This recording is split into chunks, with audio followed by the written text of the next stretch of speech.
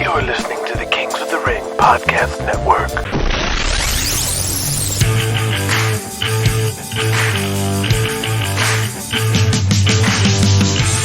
Welcome to the Kings of the Ring, a fictionalized and romanticized retelling of the 1980s wrestling wars, following the rise and fall of the power brokers of the sport, while offering a peek into the sex, drugs, and muscles lifestyle of the 80s wrestler and the sacrifices they make for success.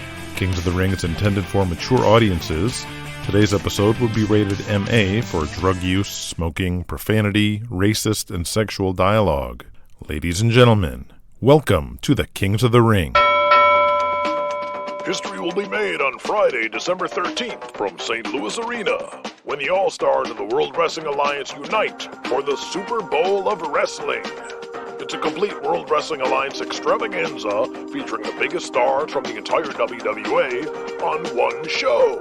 The World Heavyweight Champion Outlaw Jesse James teaming with the North American Champion Dan Sanders and the Southern Champion Apollo Sampson to face the Evil Russians, Vladimir Rykov, Dmitry Rykov, and the Prince of Persia, Prince Abdullah Akbar. Futuristic tag team The Apocalypse take on the Roughhousers, Brick Sawyer and Tiger Warren, Gabriel Angel versus the Best, Kenny West, and Krusher Krawcyk returns to St. Louis. Plus, the Rock and Rollers, Beautiful Barry Lovelace, and Miss Kitty, the Gargantuan King Kong Cyrus, El Lobo, and many more. Visit St. Louis Arena box office to buy your tickets today. Kings of the Ring, Episode 37, Being the Elite. At the Four Seasons in Midtown Manhattan, it's martini time again as the yuppies of Wall Street surround Julian Kane and his EWF Brain Trust, Nigel Davies, Les Henderson, Louis DeGreek, and Hollywood Buddy Melrose. Buddy remains restrained and a bit awestruck, taking it all in, what life is like working for Julian Kane and the Empire Wrestling Federation. The elegant Brit Nigel Davies snuffs out his Winston cigarette into a large crystal ashtray as he looks on at Julian. You still haven't remarked on the Superbowl of Wrestling tape I showed you. What's there to say? Daniel Hawkins makes shitty cable access commercials. Don't you see it? It's not just Hawkins. It's the entire alliance on one show, teaming up to stop the Empire. Buddy's ears perk up. He hadn't heard of this before. I'm a member of the Hollingsworth Social Society. We don't quake in our boots at a bunch of third-rate competitors. Don't be arrogant. Now that's impossible. Julian grins as he sips his martini from a double old-fashioned glass. You've made incredible inroads over the past 2 years, but at some point we knew they'd realize the best way to combat the Empire is to work together. And now they're doing it. Buddy taking it all in. Julian, may I ask why you booked Empire Mania 2 in Milwaukee? Because it's AMW's hometown and Charlie Gotcha's backyard. I thought you'd appreciate that, Melrose. Putting that aside for a moment, Julian, this is the EWF's biggest show, and I think you're leaving money on the table. Wouldn't a larger venue in a different town make more sense? We can make it up. Louis the Greek boils over. It could be in any arena and country. New York, Los Angeles. Draw bigger crowd, bigger gate. Les Henderson peeps up. Y'all know anything about this pay-per-view? Paper what? It's that thing they do with boxing. And my neighbor saw the Michigan-Ohio State game that way too. This isn't fucking college football or fucking boxing. It's fucking wrestling, Henderson. Just shut up. We're doing closed circuit again, and we're gonna make a killing. And what if the Alliance utilizes closed circuit for their Super Bowl? Daniel Hawkins has been using it for over a year in the Carolinas. Even if they did, and that's a big if, who do they have that can draw anyway? Karma caught up with Diamond Donnie Gold, and he's paralyzed. So all they have are these Rykovs, the Apocalypse. I mean, who the hell are these jokers anyway? Nigel pulls a few issues of Pro Wrestling Digest out of his briefcase, with members of the Meat Machine on the covers. You should learn, Julian. They found some remarkable talent. From all places, a pub in Oshkosh, Wisconsin. What? Apparently they were discovered all working as bouncers. A group of muscle-bound marks, but with remarkable physiques, charisma, and drive. They trained them, gave them gimmicks, and divided them evenly throughout the Alliance. They're all doing quite well. This one? Nigel motions to a picture of Apollo Sampson. They're calling him the next Thor Hansen. Nigel elegantly blows out the smoke from his Winston as Julian squints, glaring at Nigel. These fools can't even agree on what to order for lunch, let alone a coordinated effort to take me down. Now forget about those dinosaurs and tell me where to get the best tuxedo in Manhattan. I'm officially entering the elite of high society. Burt Ironside hangs up the phone in the Dallas office while nephew Chris Stanley sits in front of the desk. Why the hell ain't you picking up the phone, Charlie? I need you. He turns to Chris. Need you to mail this videotape to Raylan Crenshaw today. Sure thing, Uncle. Charlie lights a cigarette and blows as he leans back in his chair. Starting to have second thoughts on this whole deal. What do you mean? That commercial Hawkins released is the shits. It don't look like a Superbowl of Wrestling. Looks like an SCW show. Every goddamn match is their guys. He went and changed the WWA logo completely. People are going to think there's some kind of newfangled company. That boy needs to answer for this, because it's going to hurt us at the gate, which we're all split in 4 ways. It's bigger than a gate, Uncle. This will be a launch pad for something huge. Besides, you can make up that money with closed circuit. Did you find out about that yet? I asked Randy. He said it'll cost a fortune. It'll take months to set up besides. Julian Kane did it somehow, and I think Daniel Hawkins and them do it over there, too. But it's how Empire Mania made all that money. How much more? Well, I don't know exactly how much, but it was... Exactly. You don't know.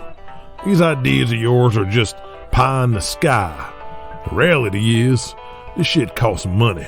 Money we don't have. Nobody does. Julian only had his father's money to spend, and he made it happen. Well, yeah, he's a fucking maniac. We're not going to empty the coffers off. Uncle, please, if we don't go all the way with the Super Bowl, business is never going to get back to what it was. We have to do something, or Empire's just going to steamroll the entire alliance, one territory at a time. Oh, really? Is that what the magazines say? No, it's what I see every night when I look out into the stands. Emptier and emptier. Wrestling comes in cycles. It's how it's always been. Has its down times, but it always comes back. Well, it's different. It's only different to you because you're 20 years old. You ain't seen shit. Me and Charlie been in this business 4 decades and seen it all before. All South ain't going anywhere. Super Bowl or no Super Bowl. All South is the only wrestling these people even know. They'd never accept the Empire. That's what Charlie Gotch thought, and look what happened up there. Burt glares at Chris while taking a long drag off his cigarette. I think it's time you walk that fat ass of yours to the post office and deliver that tape to Crenshaw. Yes, Uncle. The outlaw Jesse James is driving with the SCW owner Daniel Hawkins through the highways of South Carolina, making the towns. Burt Ironside just beamed me out over the phone today. What was he crying about? Too many SCW matches on the commercial, wanting Dan Sanders to win the world title. That stubborn old fart. We negotiated the main event at the barbecue so everybody will shine. I agreed to give Apollo Sampson the pin, even though I'm the damn champ. I done compromised enough. Did he ask why we ain't using closed circuit for this? No, I don't think you know what that is anyway. Thank goodness for small favors. I don't know how long I can stave them off, Jesse. We almost there, Danny boy. First up is me and Jimmy Buck on the Eddie Carr show. That sets up Thanksgiving. Closed circuit folks told us they can only set up one show in a month, so we need it for our show, not the Super Bowl. That's me versus Jimmy Buck beaming across the country on closed circuit TV. And this time, Jimmy done smartened up all them reporters for all the big papers and magazines. They ain't gonna get us mixed up with the Empire Wrestling Federation ever again. And then a couple weeks later is the Super Bowl of Wrestling. We're gonna have the best wrestlers in the entire alliance all in one locker room. That's when we're gonna let them know we're gonna continue our expansion from St. Louis throughout the country behind our show on VBS and the best syndication package in the alliance. We're gonna drop the SCW name once and for all and be known as the WWA from that point on and start a new era. St. Louis, we're gonna ruffle some feathers, but at the end of the day, we're doing what's best for the business. because the old dogs of the Alliance, they just ain't fit to take on Julian. Danny boy, it's up to us. Krusher Krawcyk and Pretty Boy Willie Dean in their gear walk backstage of this theater, looking up at the sandbags on ropes and the tall, thick red velvet curtains that go all the way up to the ceiling, behind the stage where the symphony is set up. Ah, here you are. They turn and see a short European man with wild, long gray hair pushed in all directions like Albert Einstein, and a cartoonish large nose with tiny glasses on its end. You must be the French weirdo. What is a weirdo? Never mind that. We're ready for our match. Ah, you are wrestling him?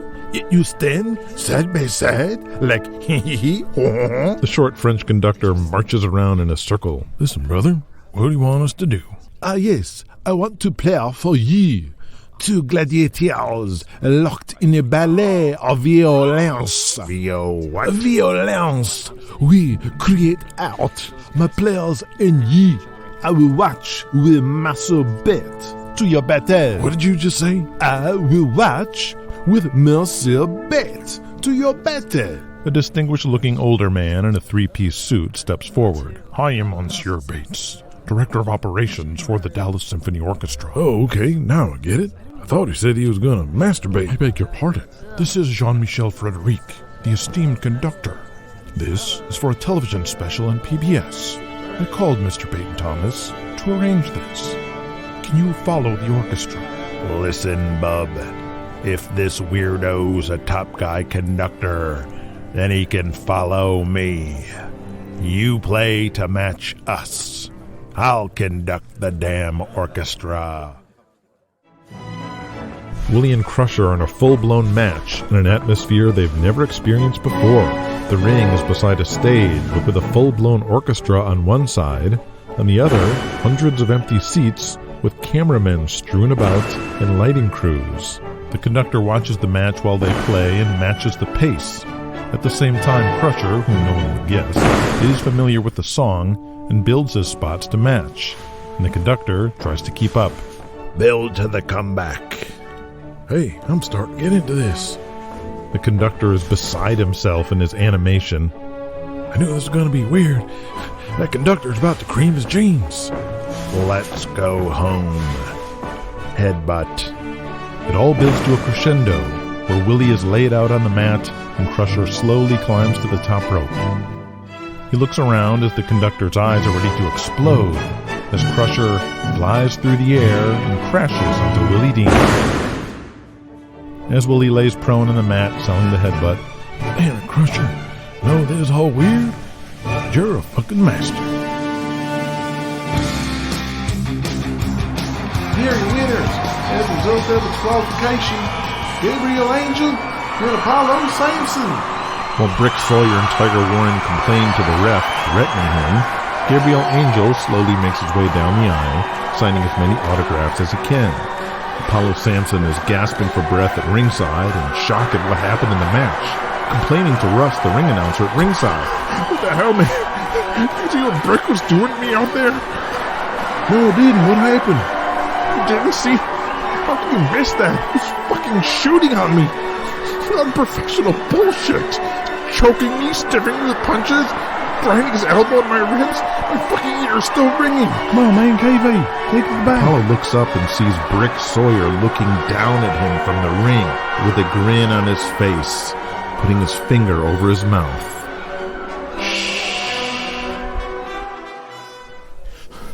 Peyton! Peyton! Where is he? Somebody! Where's Peyton Thomas? Where is he? Yeah, I'm here. Peyton!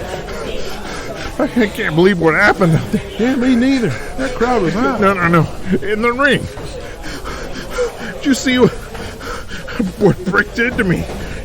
No more. I ain't doing this.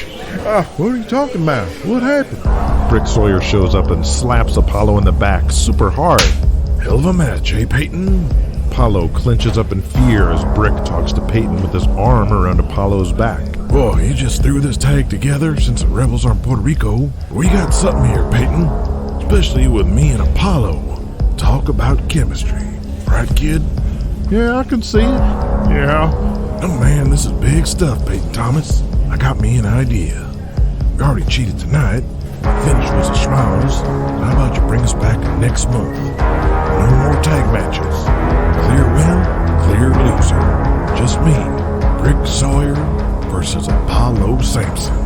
One-on-one in a steel cage. Apollo's eyes almost burst out of their sockets. I like it. Apollo, you never did a cage gimmick before, but Brick's the best. You're in safe hands. He'll teach you how to blade, and if you're not up to it, he'll just cut you himself. Apollo Sampson almost pisses in his pants as Brick squeezes Apollo's back, digging in his nails hard as he tries not to squeal in pain. Oh, we're gonna have a grand old time, aren't we, Apollo? Kings of the Ring will be back after these messages. At this time, Burger King begins a nationwide search for one man. His name is Herb. We don't know much about Herb, only what his friends tell us. Herb was unusual. Herb was different. What his parents tell us. Herb was never what you'd call Normal. His former teacher. You had to know how to talk to him. Herbert, pay attention. This is the best picture of Herb we have. We do know Herb is the one man who's never tasted a Burger King burger. Herb has never enjoyed this juice, this sizzling beef, or grown to love flame broiling instead of frying. Grow up, Herb. Herb has never enjoyed the Whopper, the taste millions and millions of people crave. So Herb, wherever you are, stay tuned and start asking yourself this crucial question. Aren't you hungry for Burger King, Herb? We now return to Kings of the Ring. At the Civic Center in Richmond, Virginia, Killian Cavanaugh stands in his Irish Hammer t-shirt with a microphone and a walled set behind him.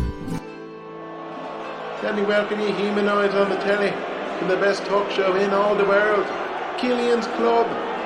My first guest is the greatest manager in the history of the AWF, with a very special announcement for Empire Mania 2. On your feet, for handsome Jack Trades. Jack Trades walks out in his trademark multicolored jacket with a giant jack of spades on the back and gives a hearty handshake to the Irish Hammer. They say money can't buy happiness, and I beg to differ, because I just bought and paid for something that's about to make me the happiest man in the EWF. And what might that be? Thor Hansen's opponent at Empire Mania 2. Who is it? Is it me? Sorry, my friend, it's not you. But it is someone who, thanks to my money, is now my property. What do you mean? After making a deal with his handler, I am now the official owner of a man who's never lost a wrestling match. Behold, the African Nightmare, Mobutu Zulu. Hercules Harris walks out in full Mobutu Zulu regalia, led out by a masked man. Hercules stands beside Jack Trades and faces the camera. Bloody hell, Jack Trades, you've done it. We've seen Mobutu Zulu for months on TV, destroying everyone in his path. He's a bloody monster. George Hansen didn't stand a chance. This animal belongs to me now, and he's here for one reason: to destroy Thor Hansen and make all of America's nightmares come true by holding the belt. Can you imagine someone who looks like this representing the sport of professional wrestling? How embarrassing. Killian's eyes dart to Hercules' eyes for a second, as this is starting to sound personal. The only thing that stands in our way is the White Knight, the blonde-haired, blue-eyed, all-American Thor Hansen. And at Empire Mania 2, Thor will fail to overcome the odds and break the hearts of millions of children when the African Zulu is the first of his people to win the world title at Empire Mania 2, soiling the purity of America. Hercules throws his mask across the dressing room. Jack Trades pulls out a Camel cigarette from his inside jacket pocket and lights it up. Congratulations, kid. You've just been made. Made into what? an official goddamn slave? What are you talking about? I'm your property? You just bought me from Africa? Oh, come on, brother. It's just heat. Laying out the angle with you and Thor. All this savage animal bullshit. It's your gimmick, isn't it? Yeah, but no one ever bought and sold me, motherfucker. I had to explain while you're in the match with Thor and why I'm your manager, right? And all this shit about how embarrassing it is for someone who looks like me to be champ? Oh, come on. Your gimmick is pretty out there, right? Don't take promo so personally. It's all a work. Don't hide behind this it's all a work bullshit. I know fucking racism when I hear it. And you never said it'd be embarrassing if Killian was champ or anybody else. And you sure as hell didn't say shit like Thor the white hero to stop the black guy from ruining America. I didn't say that. Now you're putting words in my mouth. Jack taps the ashes of a cigarette on the floor. Hercules getting more and more frustrated at Jack turning things around on him. Fuck the gimmick. What if it was me, Hercules Harris, as a champ? Maybe not a nightmare, but it'd kill the credibility of the belt. I fucking knew it. Racist motherfucker. Oh, lighten up, Francis. I didn't mean anything by it. It's just the way the business is. Black guys don't draw on top, and it turns the fans off if they wear gold. What about Leroy Brown? He only drew where the arenas were already full of blacks. Bullshit. Everybody paid to see Leroy, even the white folk. Now that's bullshit. He was a gimmick, carried by superior white opponents who knew how to draw heat. Hercules Harris shakes his head in anger. He was never champ because Burt Ironside knows the business. And if Julian Kane or the World Wrestling Alliance ever made a black guy the world champion, it'd kill the business. Jack sits down in his chair, puffing a cigarette, smirking at Hercules. You can hide behind all this. It's all part of the angle talk all you want. But I know what you about. And one day there is gonna be a black world champion. It might even be me, motherfucker. In your fucking dreams, boy. What the hell did you just say? Hercules grabs Jack by the jacket and slams him into the locker room doors. Jack trades recoils in fear, and everyone looks over, feeling sorry for the old manager. Les Henderson runs over and pushes Hercules off. Come on, Mabutu. You just started a main event program with Jack, who cut the promo of a lifetime to get you over. Don't fuck it up. Oh, sorry if I'm not happy to be bought and sold like a fucking slave. Oh, come on, man. That's just managers buying wrestlers. It ain't the same thing. To hell with both you motherfuckers. Killian Cavanaugh jumps up and grabs Hercules and pulls him away. Oh, there, big fella. Not now, Killian. Come on, man. Just come with me. Let's cool off. He pulls him around a corner. Oi, don't listen to that old irrelevant fuck. Only reason he's even here is because he and Louis the Greek been working together since the 60s. Hercules starts to calm down. What's going on with you, mate? This was your big moment. Julian was just telling me he loved it. You're headlining Empire Mania too. You heard what Jack was saying. All that he owns me, slave bullshit. Oh, yeah. It did kind of sound like that, didn't it? And he says I never lost a match. We in Richmond, Virginia. These motherfuckers seen me wrestle here for 10 goddamn years. Every win, every loss. Hercules Harris. Now they have to pretend they don't know me? And I look like a damn fool. Killian pats his old friend on the shoulder as they both slide down the wall, sitting on the floor. You don't know what it's like, Killian. It ain't like they made you play a leprechaun or some shit. You're right, Herc. I don't know what you're going through, but I know one thing. He digs into his wallet. After Empire Mania, Julian Kane gave me my check, and before I cashed it, I made a Xerox copy for myself to remind me why I got into this business. What all my years of slogging me arse was building up to. This is your time, Hercules. You built a career for this. He shows him the copy of the check. Hercules' eyes get wide as he looks into Killian's eyes to confirm this is real. That's one match. That's more dough than I made all last year. My advice is this, me old friend. Just shut up and enjoy the ride. Hercules stares off into space as Julian Kane walks by and gives him a thumbs up from across the room. Michael Angel sits in his rental car outside the Thirsty Cowboy Saloon outside of St. Louis, debating whether to go inside or not. He takes a deep breath and tosses a few Quaalude pills into his mouth, washes them down with a can of Miller Lite, and gets out of the car. Gabriel Angel is shooting pool on his own in a sparsely populated bar. A few bottles of Budweiser at a small table nearby, when a hulking mass of muscle, topped by a head full of curly blonde hair, walks in.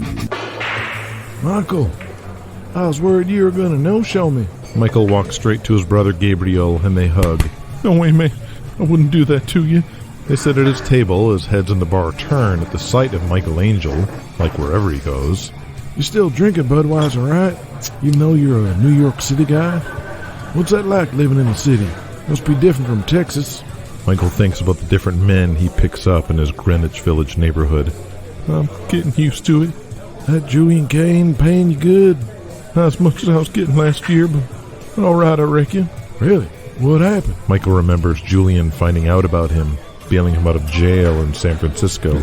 I don't know. He just started pushing other guys. Who knows? What about you? How come you never call me? I don't know, Mike.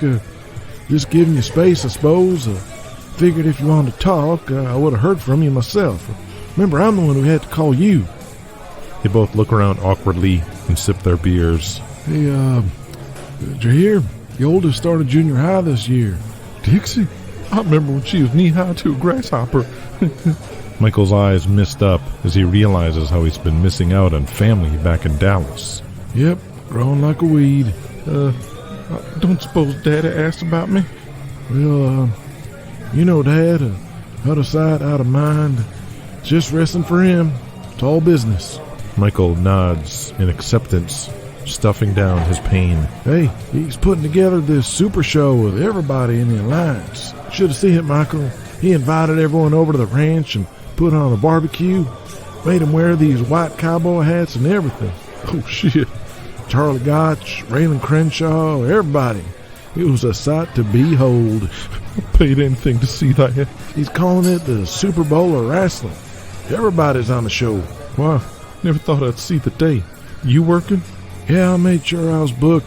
Looking to get a little revenge on that little piece of shit Dad brought in to take your spot after you went on up to New York. Yeah, fuck that guy. He's got a stupid name, too. Apollo. He can drop dead as far as I'm concerned. No, man. I'm talking about the fake angel brother Dad created. Raphael. Goes by Kenny West now. He's in Atlanta. Apollo's cool. He's a great kid. Great potential. Didn't you meet him at some audition in Hollywood? He's so fucking cool. You must like teaming with him more than me, right? What are you talking about, Michael? You're my brother. You're always who I want to team with. Yeah, right. Yeah, right. I do mean it. Michael looks away, eyes darting, biting his thumbnail nervously. His brother, concerned. What's wrong? Don't listen to me, Gabe. I don't know what the fuck's going on anywhere. Can't work anymore. I'm losing my body. I'm living in the city surrounded by all these queers all the time. Oh, Jesus Christ. These fairies grow on trees or something. It's fucking ridiculous. Michael looks in Gabriel's eyes to make sure he believes his lie. Gabriel just looks back at him with concern, looking into his soul, making him uncomfortable. Hey, I gotta get out of here. Empire needs me to headline Chicago or something. All right, Michael. Hey, come here. Gabriel brings him in and hugs him. Michael hugs him back, extra tight. You know you can come back whenever you want, right? Yeah, right. Well, come on back, anytime. Anybody wants me there. Good one, Gabe. I'm going. I'm serious. Dallas is your home. You can always come back. Daddy talks shit, but he wants you back too. Michael becomes overwhelmed. He speeds out of the bar for his car and immediately pops open another can of beer and some more pills as he speeds off.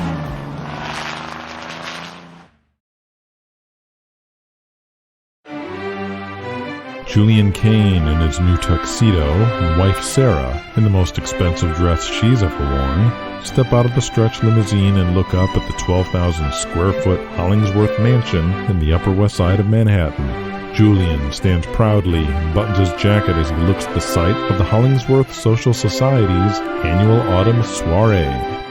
Julian and Sarah enter and are immediately greeted by two men wearing masquerade-style masks, but only black Speedos on their oiled, muscular bodies and powder-white wigs like the Founding Fathers.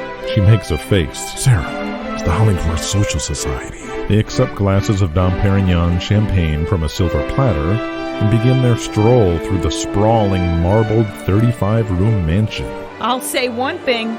This Hollingsworth Society sure knows how to throw a party.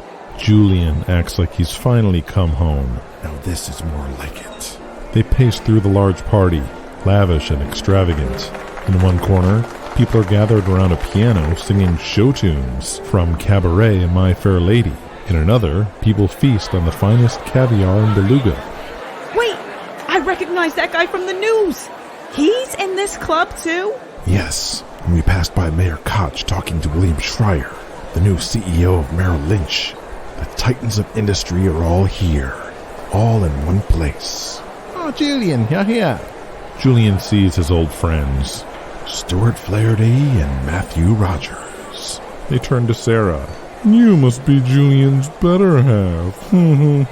Sarah, these are my old friends from Harvard Business School. Come, Julian, you must meet the man himself, Mr. Hollingsworth. He's dying to meet you. I must warn you, he's a bit extravagant. They enter the main hall, which is quite crowded, with Sam Hollingsworth III right in the middle of the grand room. He wears a purple velvet prince outfit with a silver cape, his gray hair brushed and hairsprayed back. Mr. Hollingsworth. Yes? Sam Hollingsworth turns and sees them. Rogers and Flaherty. I should have known.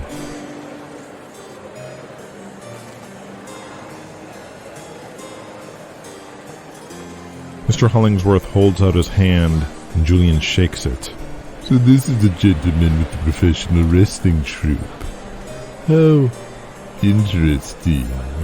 Julian is the one who wrote the song about the starving children of Africa and had it sung by his wrestlers. Sarah notices a subtle look from Stuart, as if he were holding back laughter. Ah, yes. I saw that on television. It made my ears turn blue. Okay. Yes, I am the owner and CEO of the Empire Wrestling Federation, the #1 wrestling company on Earth. We've just released a line of action figures through Hasbro. He turns to the side, speaking to the air. What is an action figure? Matthew Rogers replies, The dolls, sir. Remember we showed them to you? Oh, those.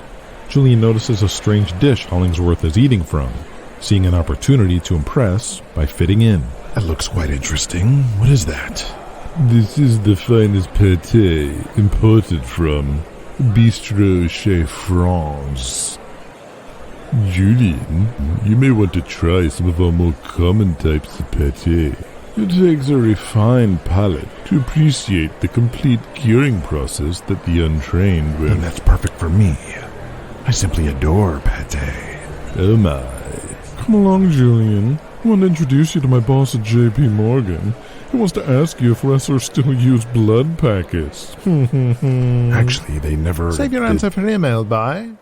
Later on, Julian Kane is with the Dean of Columbia University and Jack Welch from General Electric, as Hollingsworth's special pâté begins to rumble his insides. You heard the wrestling guy?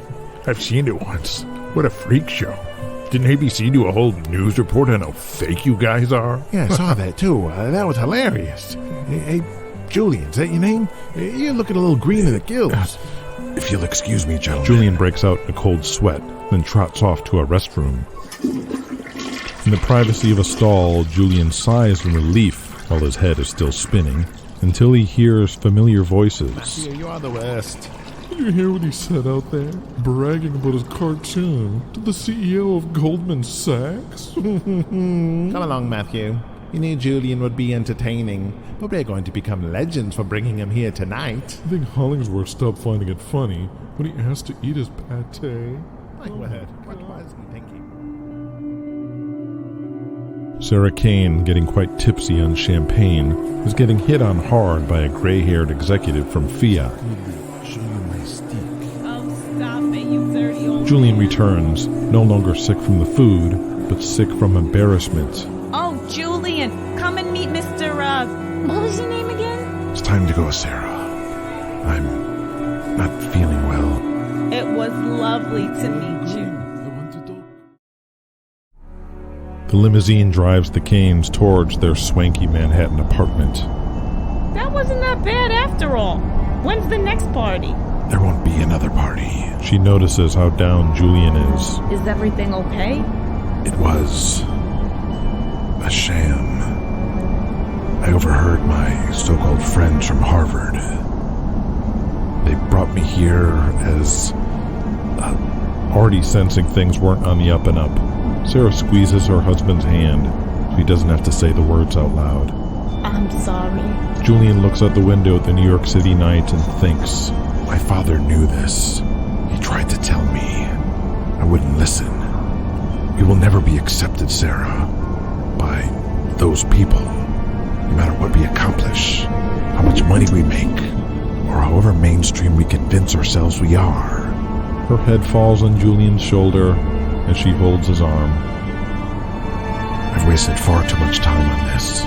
It's time to put away childish things and focus on what really matters. She looks up and smiles warmly. Crushing my enemies.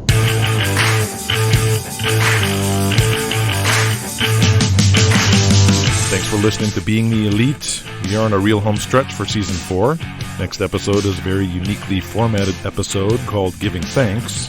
Then the Super Bowl of Wrestling, and the big finale, Empire Mania 2. This week's deleted scene was Apollo Sampson finding out he's working Brick Sawyer, and their confrontation, as well as the actual match. If you heard it, that means you're listening to the extended edition of the show, available only to Patreons. If you didn't hear it, that means you're listening to the theatrical edition of the show, available on podcast apps everywhere. I invite you to patreon.com/kingsotr. And again, thanks so much to all the patrons, and another record-breaking month of downloads for the show. You are appreciated very, very much. And we'll see you next time for the Thanksgiving episode of wrestling's first audio drama, Kings of the Ring.